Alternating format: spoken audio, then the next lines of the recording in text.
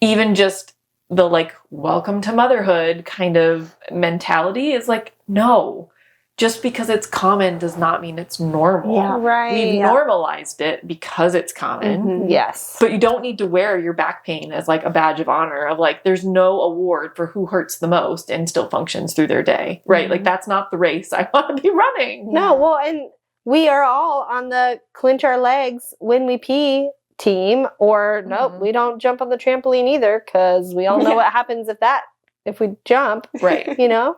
That's so sad that we have to live like that. We don't have to live like that. But welcome to the Birth Room Podcast, where holy ground meets bare feet and the wilderness of labor enters sacred space. We are your hosts, Sydney Hagan and Nicole Smith. I'm Sydney, founder of Untamed Birth, birthkeeper and educator, mother of 3, 2 of which born unassisted at home.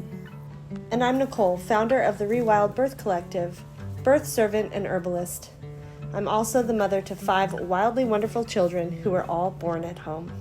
Together, we invite you into honest conversations at the threshold of life, where birth is not a medical event to be managed, but a holy unfolding, raw, reverent, and real, rooted in radical responsibility.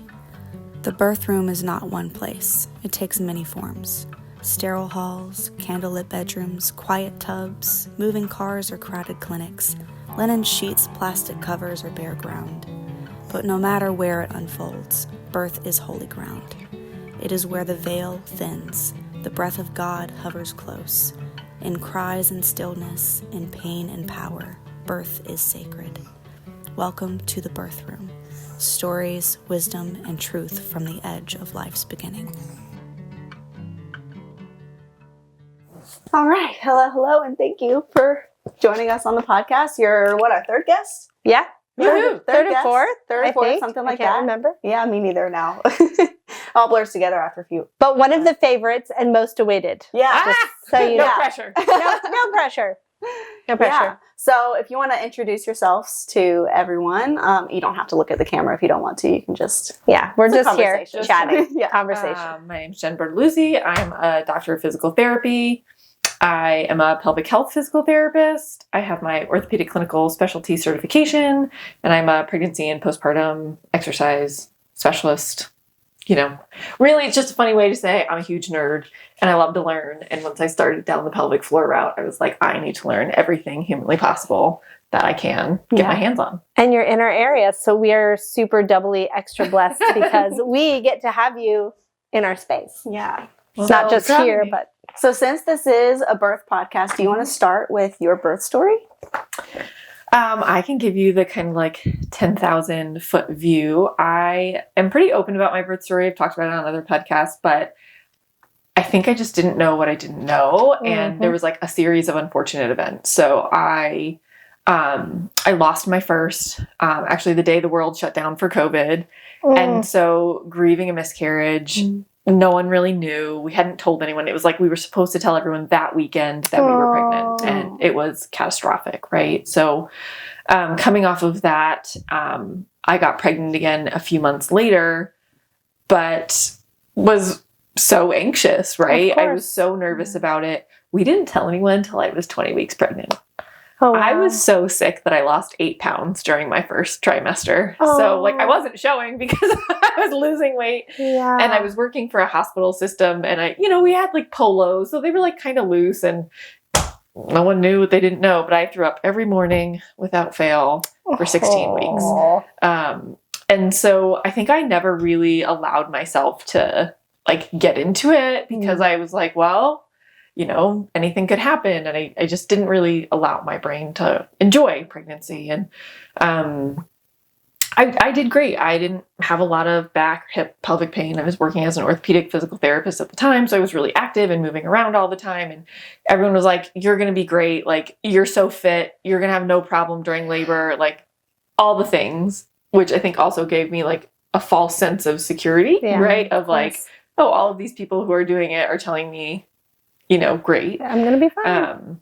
So I went in on my 40-week appointment, and they were like, oh, honey, you are not dilated at all whatsoever. Like, you're going to be crampy the rest of the day, but you are not dilated. So I was like, So if I can just pause for the record, it is absolutely perfectly normal for somebody at 40 weeks to be 0% effaced and not dilated at all.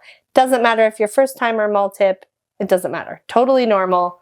Absolutely acceptable. And so I should backtrack a moment because our like birth class was virtual. And it was like 30 minutes of this is the hospital and you can't come tour because it's COVID, right? Kind of here are our policies, here are like the things. So it was not in person. It wasn't like, here are some resources. There was no like labor prep stuff. They had said, you know, the nurses will be positioning you and things. So like at that time, no one else was allowed in the room. So I didn't have the option of having a doula, you know, so there, I felt like, you know, again, a series of unfortunate events, right? Yeah, totally. So I go to that appointment at 2:00 and I'm thinking, okay, I have a couple days because like, you know, they're talking like I'm closed up, shut, like nothing's happening. Long story short, by 6 p.m., I was 6 centimeters dilated in the hospital. That's amazing. Yeah. So my husband was at work. I had to call his work to get him home. It was a whole big thing. We get to the hospital and immediately they put a line in. And I have a lot of sensory issues. That was like mistake number one because that thing drove me absolutely up the wall. Oh, yeah. Just having the tape and it being tight and it being irritable on my hand. Well, and you can't move. You can't support. It hurts. It wasn't hooked up to anything. It was just the line, but it was still not It's still pleasant. in your It's hand. still right? in your hand, in your body. And, you know, the nurse that was checking me in was like, do you want a ball? And I was like, absolutely, yes, please. That never came. Like, it was just one thing after another. Again, series of unfortunate events. I labored in bed for a while. I got up to the toilet for a while. And then it was the, you know, you said you would be open to an epidural after, I don't remember how many centimeters I had wanted to be before considering it.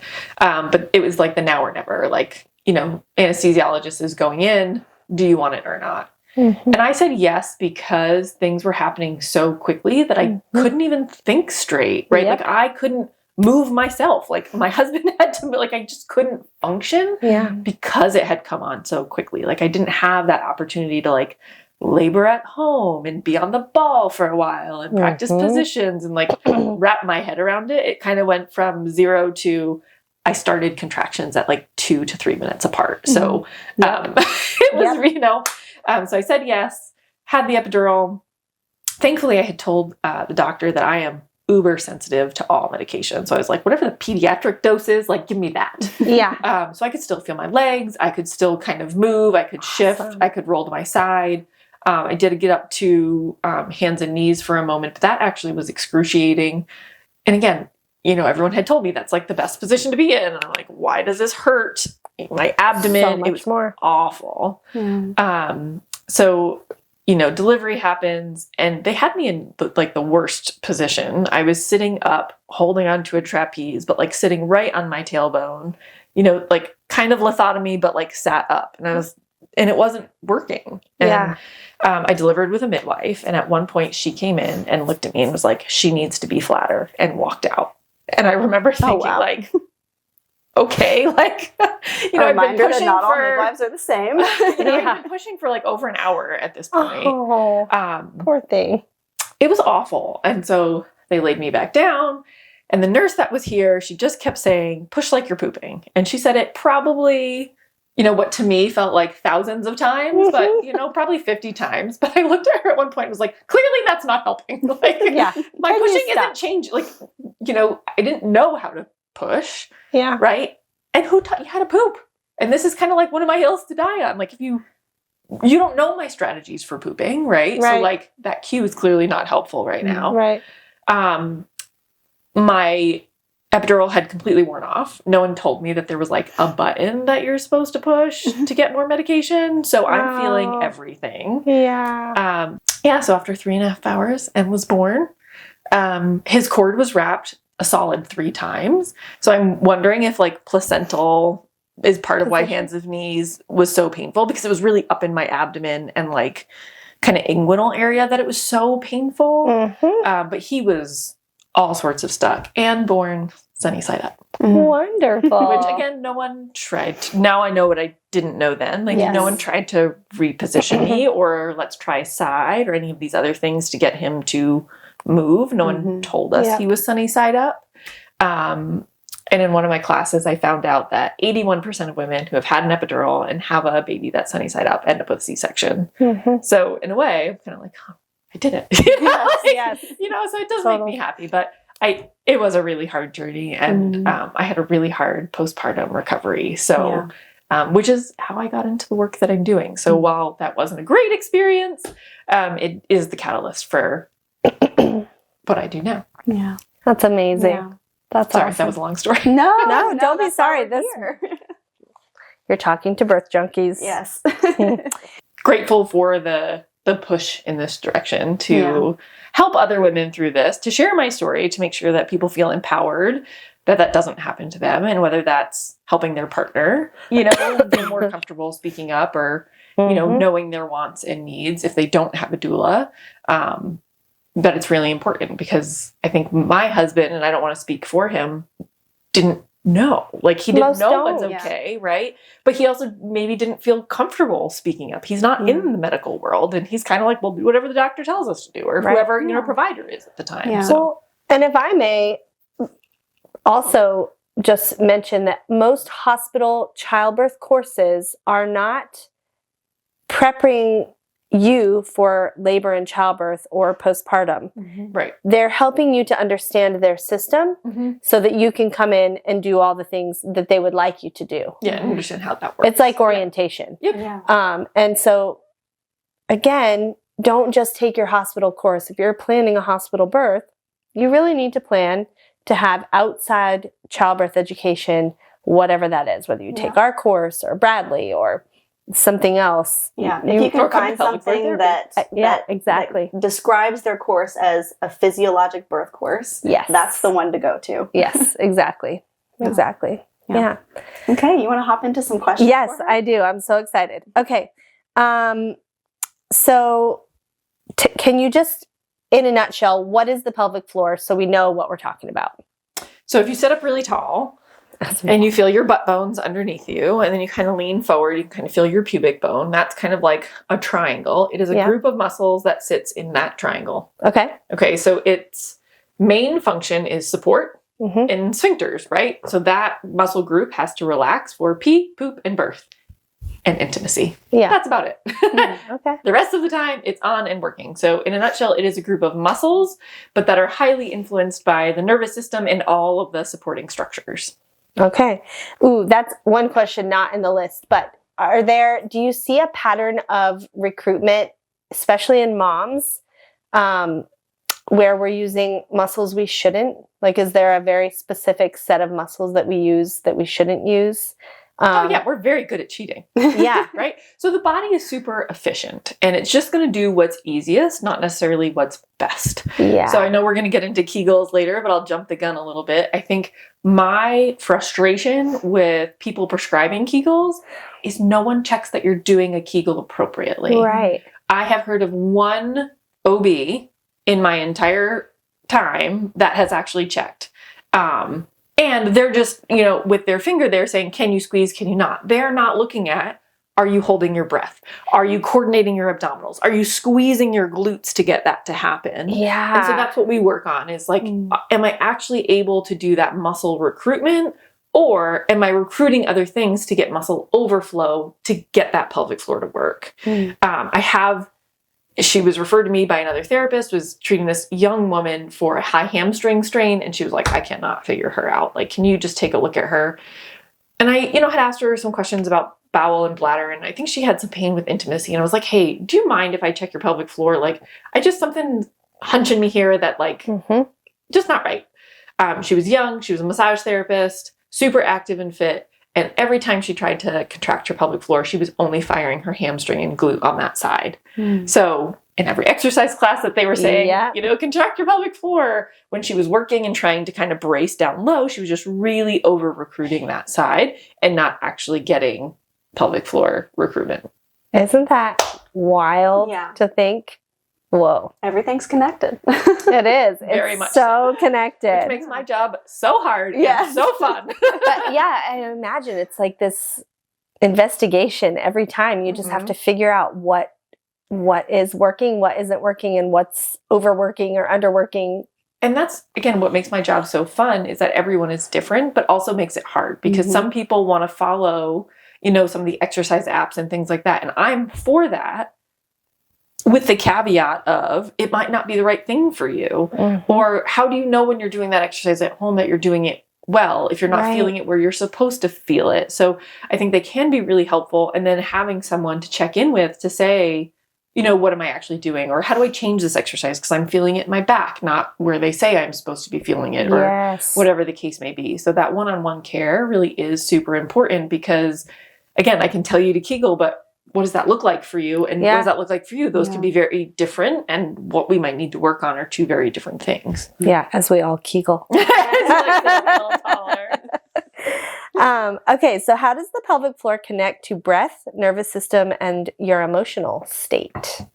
Oh, there's really some funny research that I just love sharing. There's a research study that they put electrodes right next to the anus, so on either side, to kind of measure the recruitment of the pelvic floor, and had people watch a scary movie or show or something. I don't remember what exactly it was, but essentially the take-home message was that every time they heard the like dun dun dun or like that emotional physiologic response, like pelvic floor was like whoop, and like had EMG activity. So there was more recruitment there. So the pelvic floor muscles are 70% autonomic nervous system control.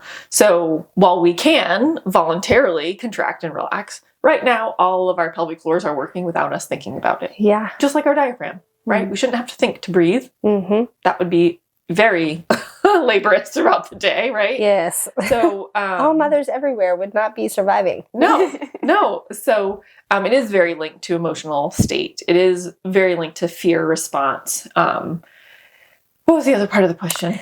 Breath. Yeah, breath. Yeah. So when we get into more shallow respiration up high in our chest, pelvic floor functions one way. When we are able to get into our diaphragm, it should act like a piston with the diaphragm.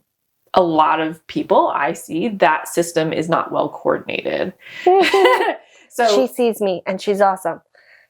And just saying. I don't coordinate. But that is part of some of our postures, behaviors, stressors, like all of those things that have led to that, right? So then how do we unpack all of that to get that system coordinating a little bit better so that pelvic floor can just function and do its thing without us having to think about it so much? Amazing. So cool. Let's see. Do you want to go like birth preparation route? Do you want to go birth trauma route? Do you want to do postpartum? What is your favorite? And I'll ask questions based on what direction you want to go. I really love all of it. So I think because of my experience, anything that I can do to help someone have a smoother pregnancy and labor and just feel prepped and empowered, even if things don't go the way they want them to, they feel informed and like they're making decisions with good information. That is my jam.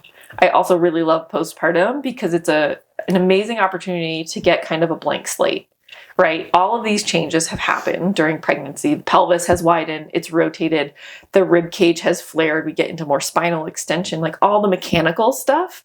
And then we kind of get to unwind and undo that and like start mom on a fitness journey from the ground up. Because the way that I would cue someone who's pregnant and postpartum to lift, meaning like deadlift, squat, any of those things are very different than what someone in the gym or a personal trainer might cue you to do. Okay. So with the lens of what physiological changes are happening, where do we need to train? What cues do we need to lift differently? So postpartum is really fun because, you're stepping into this new season of motherhood, and getting to support someone then is just such a blessing. But also I get this really fun blank slate of what is exercise going to look like? How are we going to fit that into life with a toddler? Yeah. And all the things that I wish that I had some support during, That's amazing. So both of those are my jam. Okay. So on that note, let's talk about birth and what is the most important preparation? Obviously find you, but not everybody is going to have access to you. So what does a woman need to do to prepare for pregnancy? And And what can she be doing in pregnancy to set herself up for a better delivery?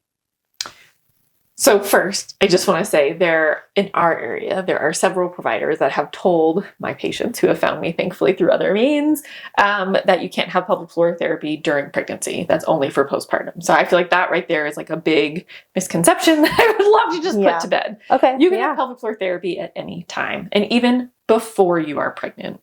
I see women who have never had babies, right? Because we all have a pelvic floor. Yeah. Some of us have trouble with pee, poop, penetration, wearing a tampon, OB exams, right? Like the speculum is painful. Yeah. I mean, it can be a host of things. It doesn't just have to be this, but all of those things get exacerbated during pregnancy. Of course. Some of them actually get better because of laxity and, more stretch.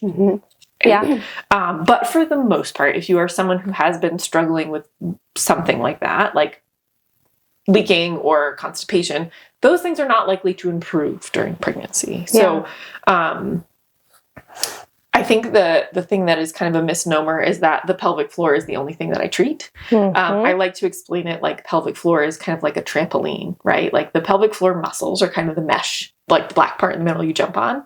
But then you have all of these other springs, right? So that's how hydrated I am. How's my nervous system regulated? Where am I in my cycle? Did I sleep well the night before? How are my hips doing? How's my breathing doing? What's my rib cage doing? What are my feet doing? Am I running? Am I loading? So there's so much that we look at that affects the pelvic floor. That's not just the pelvic floor. I think that's like the big misnomer. Right? Yeah. Because if those springs are too tight or asymmetrical, like it's not going to be as fun of a jumping experience, right? Yeah. Or as comfortable or as like fun and springy if it's like too tight and it's like, oh, it's not comfortable, right? Yeah. So I think thinking about the whole body and what changes are happening during pregnancy and finding ways to work on the muscle groups that are needing some love during that time. So we're going to plug you, of course, locally, but how can people find a you wherever they are? Because clearly, as you said, their providers, they're just not educated. They're not, they might be a pelvic floor therapist, but they don't have the level of understanding or training that you do. So how is there a way for them to find a you if they live somewhere other than where we are? Yes. And I can share those with you so you can like share it elsewhere of, there's several like directories about pelvic floor therapists. Yes. And then knowing, you can just Google pelvic floor therapist in my area. But then knowing the questions to ask, right? Of do you have training in and most of us do, but there's kind of two tracks. So in the way that I did my training, there's one track over here that's bladder, bowels, pain, intimacy, like that stuff. And then there's a whole separate track of pregnancy, postpartum, special considerations, like high risk pregnancy. And I've done both because again, I'm a huge nerd and I need to know everything. Yeah, we get it. Or feel like I know enough. I never feel like I know enough and constantly, So asking like, hey, is that a specialty of yours? I am pregnant. Or who do you recommend? Because often you can find a pelvic floor therapist. They tend to know all the other pelvic floor therapists, right? So if it's something that I don't love treating, I might say, hey, you need to call whoever. That's her jam. Like she is the specialist in that. Okay.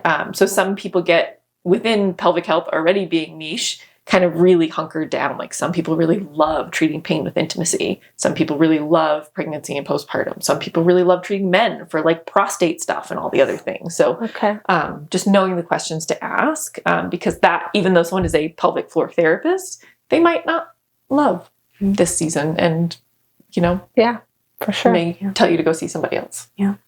What are some signs of a tight versus weak pelvic floor, and why does that matter? And I know that's kind of a nuanced, because it could be tight in certain places, but maybe the better question is, how do you know that you need pelvic floor therapy? Does everybody need pelvic floor therapy?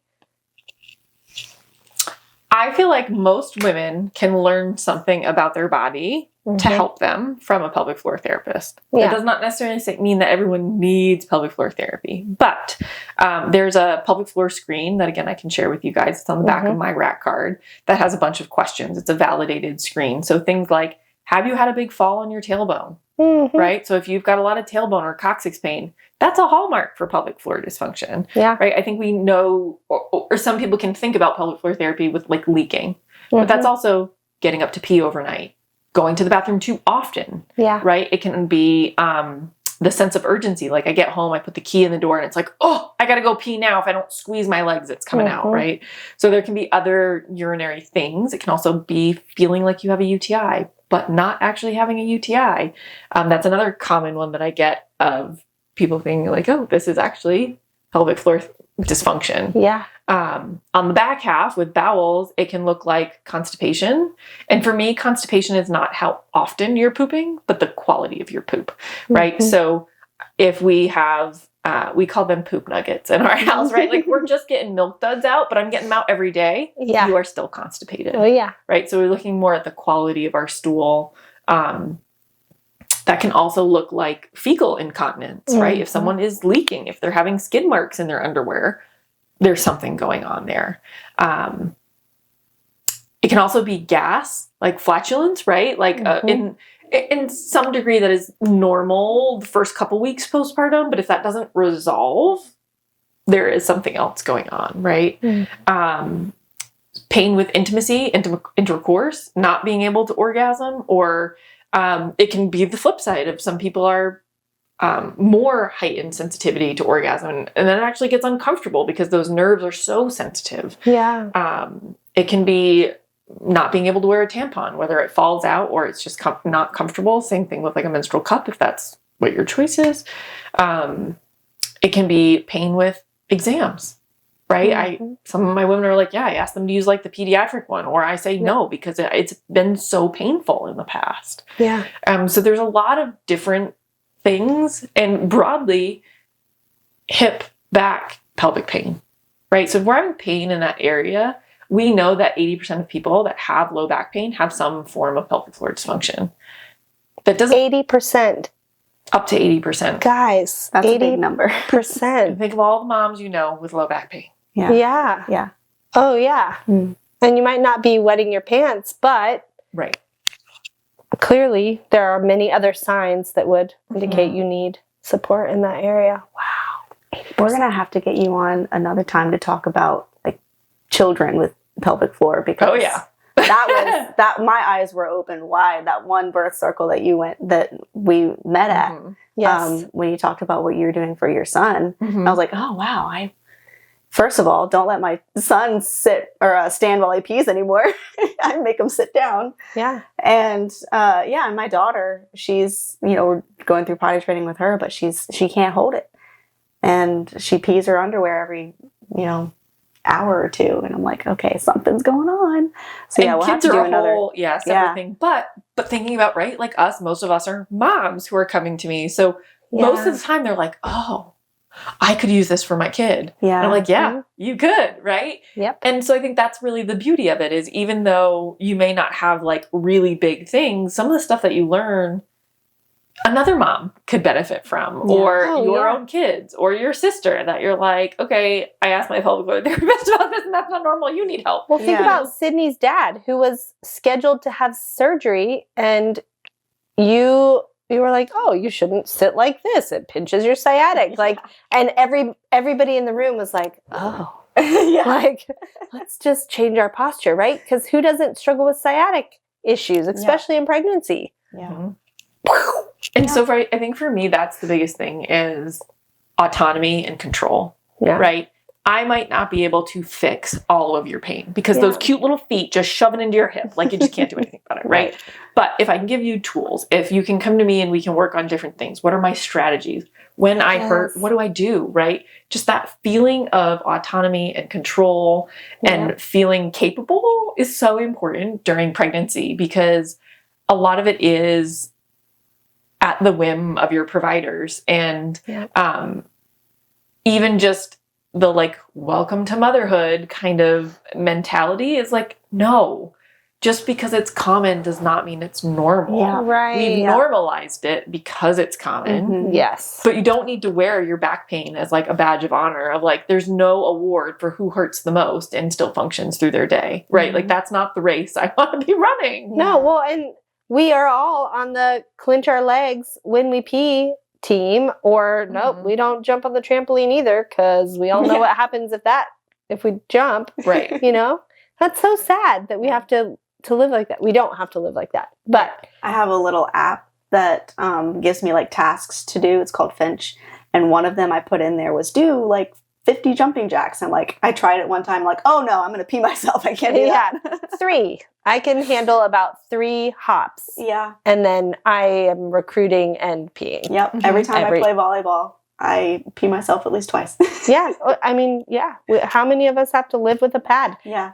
Perpetually. If it's pollen season. And you're sneezing. And I'm sneezing or coughing, guess what? I have to wear a pad. It's so sad. Yeah. Yeah. So, okay, let's see. What other awesome, I think what we heard you say is the buzzword Kegel. Oh, yeah. Really is not great, because a man who says, well, do some Kegels and you'll feel better. Or my grandmother, just before she passed, she was like, I can't believe they're not telling people to do Kegels anymore. And I'm like, but that's probably a good thing, because nobody's doing it correctly. Or if they are, they're probably recruiting. So do you want to unpack the Kegel? Yeah, to Kegel or not to Kegel, right? Yes. That is the question. And that's the title of the episode now. I love it. Yeah. Yeah. And I have one foot very much in the medical world. Like, that is my training, and I have to think about that because I have to think about medical considerations, right? Because someone's back pain could be a kidney stone. So, like, I still have to screen medically, but I also have this other foot in, like, very holistic and what can we do? Because, right, like, I can't prescribe meds and I'm not doing surgery. So I'm like, I'm the all natural approach to everything if we can. Right. But you'll often hear me say the research says, because that's where we start. We have to like look at what does the research say, but then we do kind of like, I've heard this in the podcast said, then you have to do the me search, right? Like, does that actually work for me? And if not, let's troubleshoot what else is there. Yeah. And there is research to support doing pelvic floor muscle training, not necessarily contractions, but training shortens second stage labor. All right, say that one more time. If you do essentially Kegels, but pelvic floor muscle contractions during your pregnancy, you will have a shorter second stage of labor. Okay. Now, is that because your pelvic floor is stronger? Probably not. Is that more because you're more coordinated? And aligned? Right? I would think alignment is more what's happening there than, right? I think about it from the coordination piece and the introspection piece, right? So someone who is doing Kegels, who can feel a really good pelvic floor contraction and can feel the letdown and who are like, you know, into their body, probably during labor and delivery can feel when they need to move, right? When pressure has gotten enough and this is uncomfortable, who has a little bit more agency, who has a little bit more coordination down there to say, okay, I realize that I'm bracing. Can I reverse Kegel and let down instead of grabbing up? So I think there's more to the story, right? But also the research shows that 50% of women who think they're doing a Kegel are not, or not doing it well. So again, if I'm holding my breath, if I'm gripping with my abdominals, if I'm squeezing my butt cheeks to get that to happen, is that really serving me well? So I'm pro Kegel in the right context, right? Sneezing. A well-placed Kegel can be the difference between a wet pad and a dry one. Yes. But that does not mean you have to be Kegeling during your Pilates class and during your yoga class. You know what I mean? Like, so I think finding when is the right time to be doing Kegels, and are there other things that need to be worked on first, right? So I think a bicep is easy to see, right?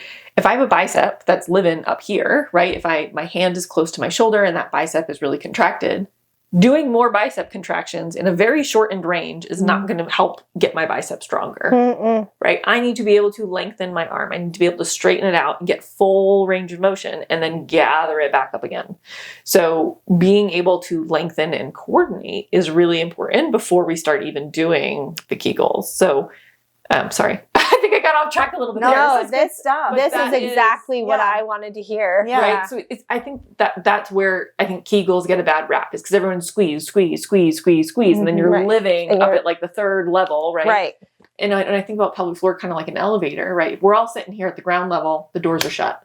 To pee and poop, we've got to go to the basement and open the doors, right? But when I do a contraction, when I think about a squeeze and lift, there's different floors that I can come up to, right? Right. If pelvic floor is living at the first or second floor, continuing to contract it and to get it to go higher. Yeah, just like you said. It's going to get exhausted, right? Yeah. So being able to lengthen and get a good void and then gather it back up again is more important, I think, than is it strong. Right. Oh, that's such a good, huge point. I love that. Yeah, that's amazing. Okay.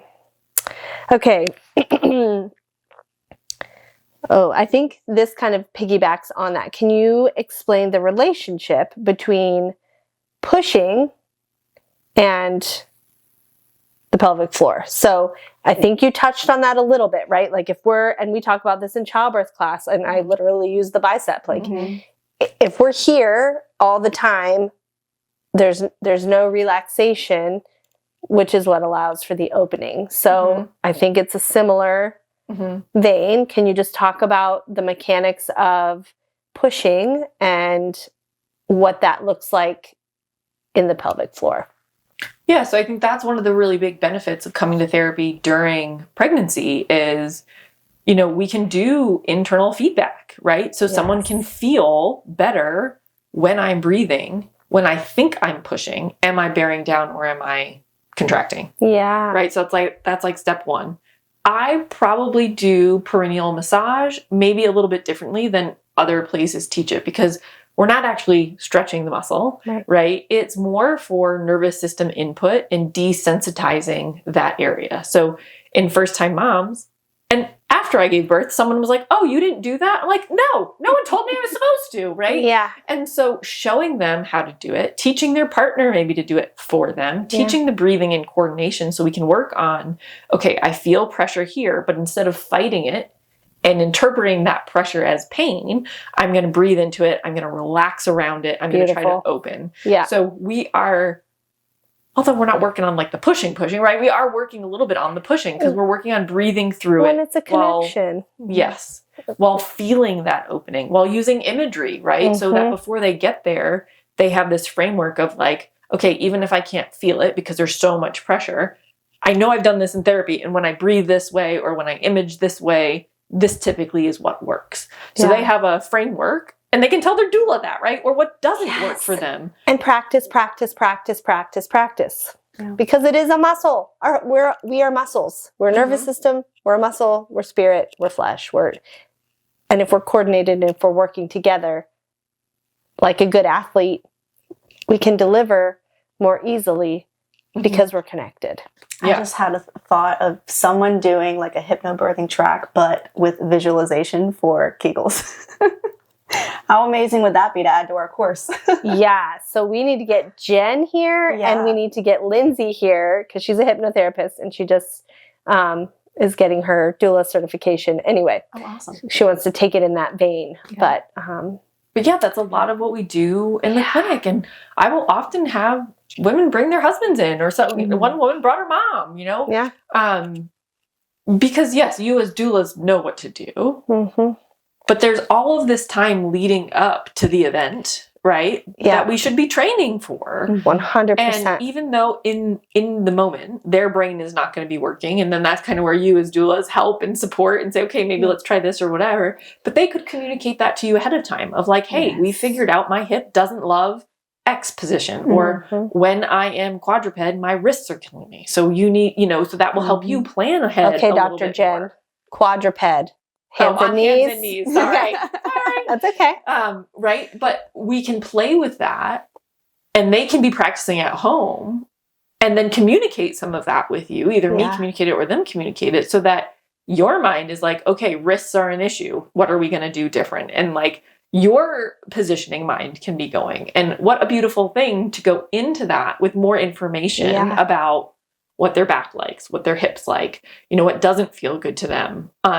If they've practiced with certain cues, what images have worked for them so that you can pick up on those and maybe expand on those. Yeah, that's amazing. That dad has been involved or partner or whoever, mom, if that's who it's going to be, and understands just how hard they have to push for counter pressure, right? Because I think, like, my husband didn't want to hurt me, right? Yeah. Like, he doesn't want to cause me more pain. Yeah. But I do it in the clinic, and when I'm like, no, harder, more. And then the woman's like, that like relief. Yeah. And they're like, oh, my Lanta, right? So practicing that, to your point, play like you train like you play, right? Like if the goal is to have this period where I'm moving and, having things go well in a natural direction, if that's what you choose, even if you have a epidural, there are things that you can do positioning in 100%. The bed to help with pelvis and hip mechanics, to help with not pinning the tailbone, to help that labor go more smoothly. Yeah. So I think that is, again, one of the misnomers is people would say like, oh, I'm having a scheduled C-section. I don't need to think about my pelvic floor, or I'm going to have the epidural. Like, I'm not going to be doing all these positions. I don't need to come to therapy. And there's just so much missed opportunity there. Yes. Yeah. Yep. So can I ask, because a lot of, or some of our listeners are also birth workers, not just moms. Do you have any tips for doulas or other birth workers when dealing with their clients, other than saying, go see a pelvic floor therapist? Some of our education is overlapped. So some of that can be like certain continuing ed things, but I would say maybe networking with your pelvic floor therapist to know what they're teaching, maybe what language they're using, so that it can be more of a smooth transition. Because I like to joke around that, like, I'm everything up to your doula. Not everything, but like, I can help you with things up to that point, right? I'm not assisting you there. You are. So if if we can sit down and be like, okay, this is typically the way I teach it. What do you see? This is what I see, right? Like, so if you can network with someone and then kind of get on the same page, to know their style, or, and then it helps you who to refer to, right? So either like continuing ed that is a little bit more intertwined. I know that there are PTs that go for doula training. I know that there are doulas that come to like some of our PT, like continuing ed courses. That's awesome. So there is a lot of overlap because we're working on the same goal. Yeah. It's just in what capacity and what time frame. Yeah. Right. So I might get them at 32, 34 weeks because they're having a ton of tailbone pain, or they're having like lightning crotch, or, whatever the case may be. But I'm only seeing them up to before they delivery, and then you're taking over. But in that time, you've met with them, right? And you've hopefully discussed their birth plan and all the things that, are important to them that you're going to be the advocate for. So then knowing that, and you have your style, but then to make that a little bit more cohesive, I think. Yeah. Like a smoother handoff, Yep. Oh, I love that. I love that so much. Let's see. This is a great one. And I think we are going to see this a lot more in the hospital setting than we are in a home birth or in a birth center setting, if the birth center is freestanding. What are your thoughts on coached pushing versus instinctive pushing? Or practiced, guided, as we've just talked about, prepared for pushing versus what we like to call purple pushing in the hospital, where you have like the person in your ear saying, hold your breath, push, or just like you're pooping, right? I think my dog in this fight is sitting on the sidelines a little bit because I'm not there, right? Yeah. Like, from the research, there is no one method that proves to be better than the other. I try to coach people on open glottis pushing as much as we can, because that's the strategy we're using for pooping, right? So every bowel movement is a fantastic opportunity to practice pushing. Yep. With the caveat that there may be a time where holding your breath and just pushing feels better to you. And if that feels better, and if instinctively that's what your body is telling you to do, do it. Because that might be one or two, right? Breaths, or, even just at the end of that contraction, and then it might change the next one. So I think you don't have to pick one strategy, just like you don't have to pick one position and stay there the whole time. Beautiful. It's okay to move through them, because you might be in a low squat, right? And feel like holding your breath and bearing down is going to be the thing that really gets it to move, versus if I'm in side lying and holding on to something and I feel like pushing through so I can squeeze my lat and side bend, or, change position is going to be the thing. So I try not to pick a side. And not that I don't have opinions, but I think it's because it really depends on the person. So I try to just kind of prepare them for that. You know, there are pros and trade-offs to both of those strategies. Because some women, if they have weaker abdominals, maybe can't generate a whole lot of pressure with an open glottis push, right? Because they more like are floppy. Yeah. We don't know that until we practice. Right. Right. And so we can do that in the clinic, and I can even watch their perineum of, are we getting a lot of descent, or is this someone who already has prolapse? Yep. Right. So maybe I really don't want them doing open glottis pushing, or can we have more perineal support physically because I have that prolapse already? Or, you know, there's a lot of variables there. But that's where I default to you guys. I think that's where we stand as well. I was going to say, what I'm hearing from that answer is basically listen to your body, not the outside voices, and also practice. Yeah, 100%. And have a support person who can pay attention and notice what's efficient or not. I think that's a huge part of our job as birth workers, is noticing you're on your back and you've been holding your breath, pushing, and it's not working. Yeah, let's try a new strategy. Try something new. So it's a both and. Yeah, for sure. Okay. We just have a little bit of time left. How can women reduce tearing or trauma to their perineum or pelvic floor from your standpoint in pregnancy, pushing, delivery?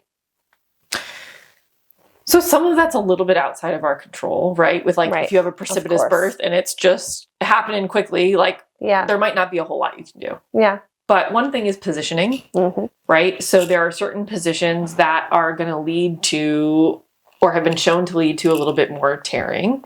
We know that people who do perineal stretching and pelvic floor muscle contractions have less severity of tearing, right? So it is pretty common that a first-time mom is going to have some tearing, right? But we hope to hedge that towards a first or second degree max with maybe a suture or two, maybe not, right? Depending on how bad it is, where it is, if it's more labial tearing, whatever the case may be.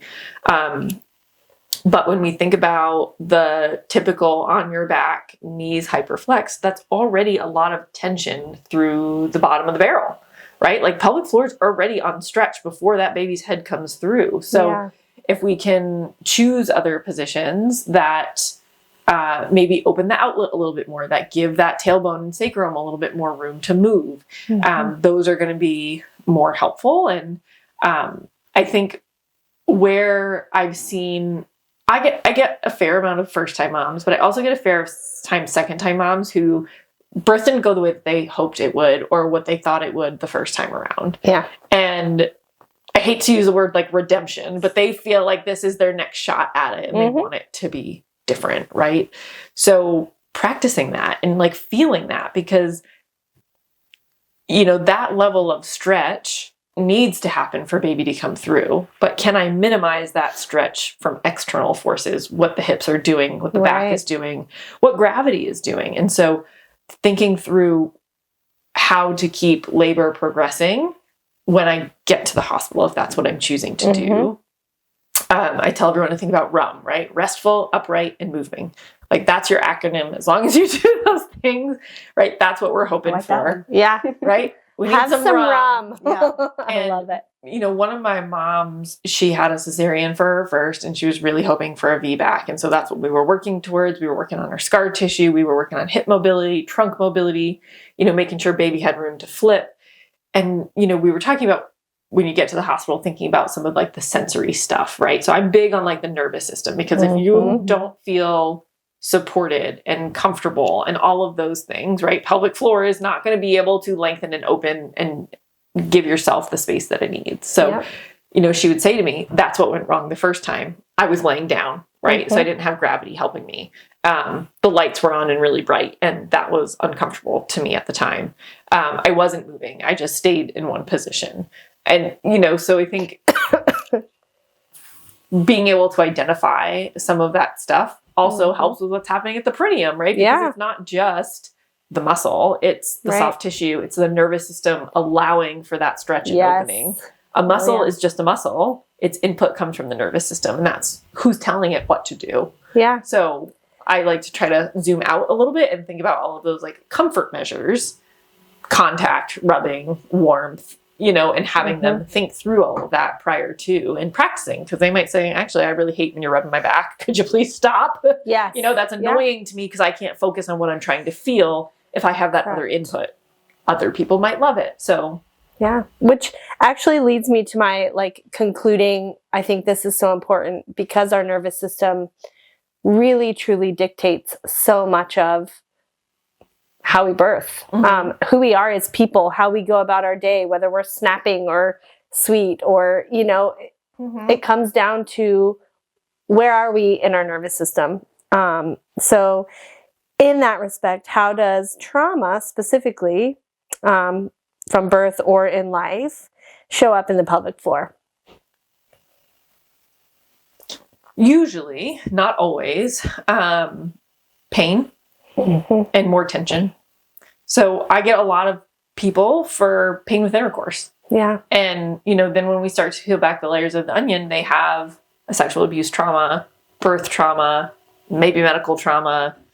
It could just be emotional trauma, and then their anxiety, you know, they're not able to get in a state of relaxation or, you know, parasympathetic, like rest and digest for having intimacy. So it can also just be chronic pelvic pain or bladder pain or, you know, whatever the case may be. But pelvic floor muscles typically are holding on a little bit tighter if we have a more ramped up nervous system. Which you alluded to at the beginning with the test on the sphincters or near the anus, watching something scary. When you have that response, they react. And so if you're living in a constant state of fight mode or flight mode or freeze mode, or, you know, you're dumping cortisol and you're just high and tight, your pelvic floor is probably responding in kind. And I think that's where some of the autonomy, control, education, feeling empowered, right? Even if things don't go the way that you want them to, no, I did what I needed to. My body's doing what it should, you know, kind of being at peace with things before you go into it, because I think that is where a lot of pregnancy trauma actually comes from. It's not what happened. It's how supported you felt and the kind of support, education, autonomy, and decision-making that you had going through that event, right? So I think that is where the emphasis should be, because there are certain things that we can't control. Right? We can't control always if baby's sunny side up. We can try the flipping things. Sometimes they do. Sometimes they're going to choose not to. Well, and most babies are very wise. And so in your case, what I heard you say was the cord was wrapped 3 times around his neck. He may have chosen to be sunny side up. Right, to not keep because twisting. if he had been in any other position, that wouldn't have allowed him to survive.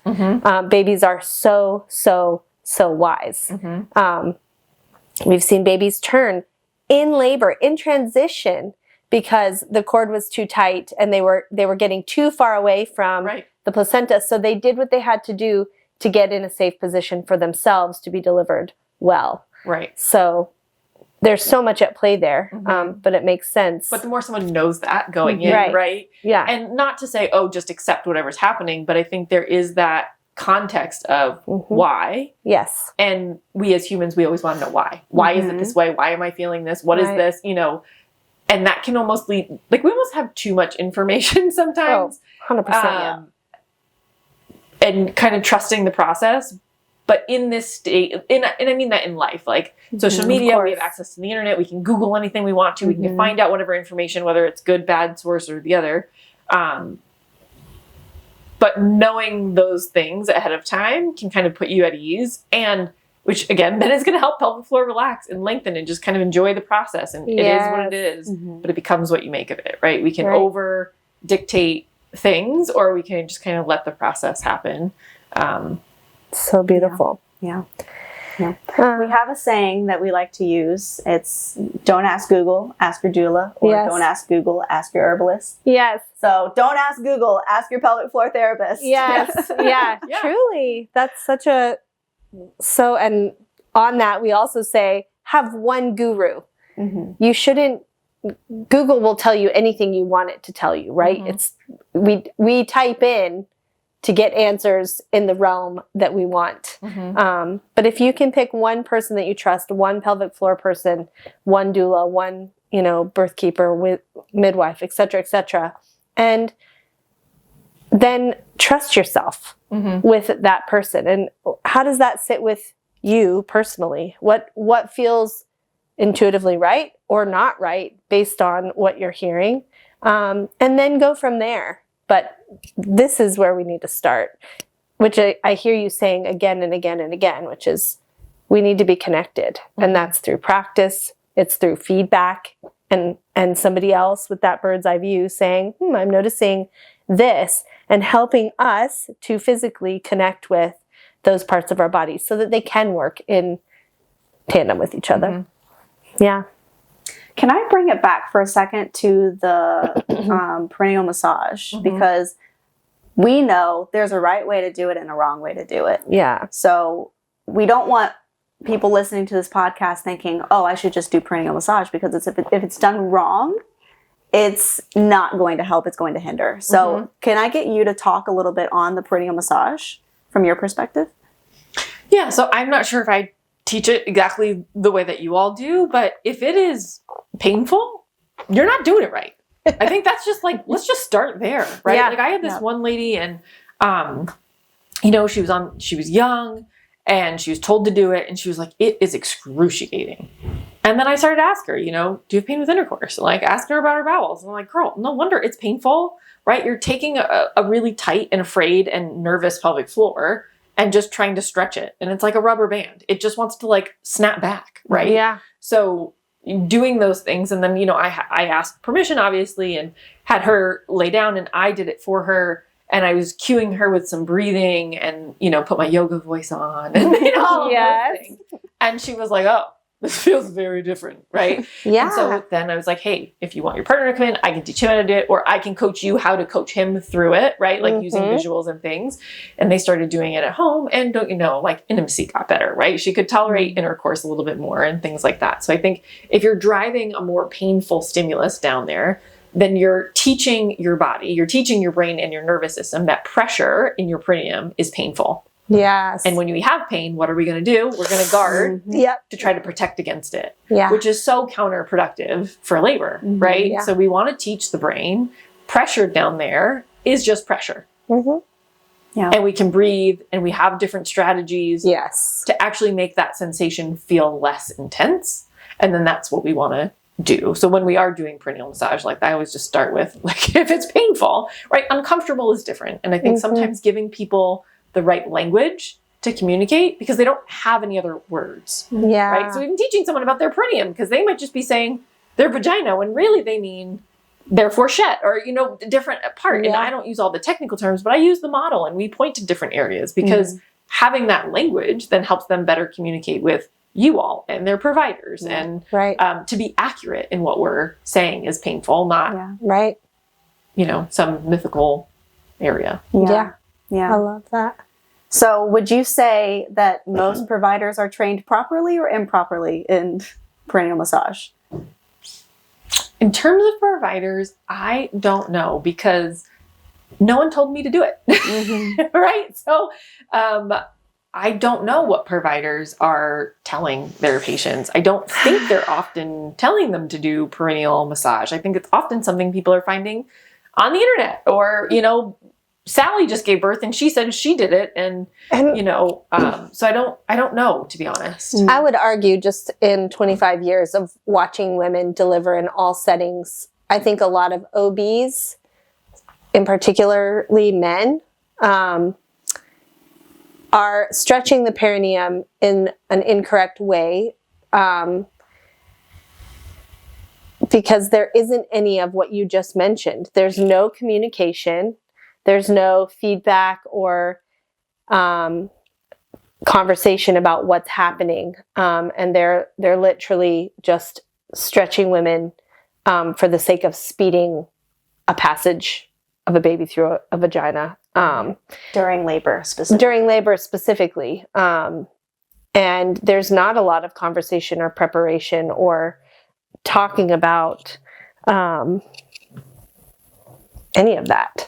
So I would argue to say, from my vantage point, any perennial massage that's happening with OBs specifically, and males even more so, is not a conversation, and it's not happening before, it's happening in the middle of. So I do have to go pick up my kids here soon because my husband can't, unfortunately. So let's start wrapping this up. Is there anything else that you want to say to moms, to birth workers, or anyone else that might be listening?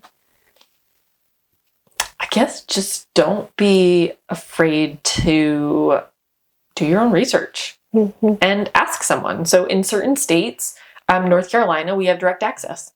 Someone can come see me as a physical therapist without going to their doctor. Yeah. Now, I am a medical provider. If they have something that warrants a red flag, or if I think that their pain is more medically related, I'm going to send them right back to their physician or OB or whoever, midwife, right? But if someone says, no, you can't do that, follow up with the why.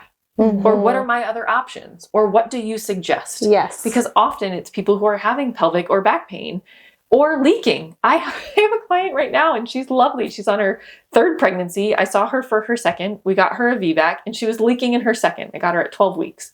And we stopped her leaking during her pregnancy and started strength training. I was having a girl do single leg deadlifts, supported, obviously, but that's what she was doing during her pregnancy. And so this time she started leaking again. She gave me a call. She was like, I need a refresher. We need to start these things again. So not being afraid to ask questions. And if your provider says no, following up with a why. Because it might just be that they don't have a good pelvic floor therapist, right? It might just be that there's only one in that hospital system and they're booked out for 6 months. But that doesn't mean you can't go find someone else. Or a lot of us offer virtual in certain places. Like I'm still licensed where I came from Indiana and in Massachusetts. And I don't do it often because I don't think it's standard, best quality of care. Yeah. But if it's between someone having no support and having some support, well, I can at least coach them through different things. We can troubleshoot. I can give them what's in my brain until maybe they can get in to see someone for hands-on. So there's a lot of options now. And it's hard that we have to be such good advocates for ourselves. But I think trusting yourself and asking the right questions and not giving up until you're satisfied with the answer. Because it might be no, right? If someone is on extreme pelvic rest, or if there's a medical reason why doing that is not safe, that is justifiable, but you deserve that answer. Yeah. And if it's they're booked, that's not a good enough answer, right? Yeah. Find someone else. Yeah. You might have to travel, you might have to do virtual, but there are other options out there. Amazing. Yeah. Do you have any other last questions? I don't think so. I think those are my main ones. Of course, we want to know how to find you, so we'll link everything. And go ahead and drop all of your information here so it's in the episode in case people can't, go look, because a lot of them listen in the car and stuff. Yeah. So my company name is Craft My Wellness, Orthopedic and Pelvic Floor Therapy. I'm on Facebook as Craft My Wellness, and on Instagram as Craft My Wellness. It's just really simple, because for me, starting this practice was really crafting my own wellness and how I was going to protect my own space and my own mental health, because I've worked for hospital systems, I worked in private practice, I've kind of worked in nursing homes, all the settings, hospitals, and working by myself and in my own way and one-on-one for a full hour, right, is how I protect myself. And I'm able to serve people better when I'm able to show up better. So that's kind of where the name came from. But yeah, that's kind of the best way. And then my website is just craftmywellness.com. Awesome. Amazing. Makes it easy. Thank you so much. Yes. Thank you guys for having me and spreading the word. And supporting me in what I do, because like I said, I hope to give the warm handoff to you all, but the reality is we just don't have enough doulas. And I know we're working on that, but there's not enough support people. So I'm grateful what you all do and for being able to be there in the moment and the hard nights and the on-call and all of it. So I'm grateful to be part of the team. Yeah, it's good. It's amazing when a community can truly function as a community and all aspects, especially for us moms, because mothering is hard. It's the most rewarding and hard job we'll ever do in our life. And so if we can be supported in every realm, we're just better for it. So, and we show up better for our spouses, our kids, our families, ourselves, right? 100%. And I think that's the important piece is you deserve to show up well for yourself. Yes. Yeah. And not, leave your own well-being to the bottom of the barrel. So Right. Yeah. We can't pour from an empty cup. Yeah. true. And we Very certainly can't lift toddlers while we're peeing ourselves. So Let's do something about it. let's do something about that. Get a hold of Jen if you can. In your local. Yes. Do you and do any then- virtual? Mm-hmm. Okay. But- so even if Yep, you're not so- local. Yep, I'm licensed in North Carolina, so anywhere in North Carolina, Indiana, and Massachusetts. Okay. Right. And then we'll connect the ways to find providers who are like-minded Mhm. with Jen in the notes below. But Awesome. thank you for being here. Thank you, guys. We sure love having you. Yes, and we'll have to have you on again for sure. Yeah. About even deeper stuff. Yeah, absolutely. I Definitely. appreciate that. Yeah. Thank you so much. Thank you for entering the birth room with us, a space where stories breathe, wisdom flows, and the veil between heaven and earth grows thin. If today's episode stirred something in you, we invite you to linger with it, to share it, to sit with it, to carry it into your own sacred spaces. Follow the Birth Room podcast and connect with us as we continue to remember, reclaim, and surrender birth together. Until next time, walk gently, surrender wholly, and never forget, birth is holy ground.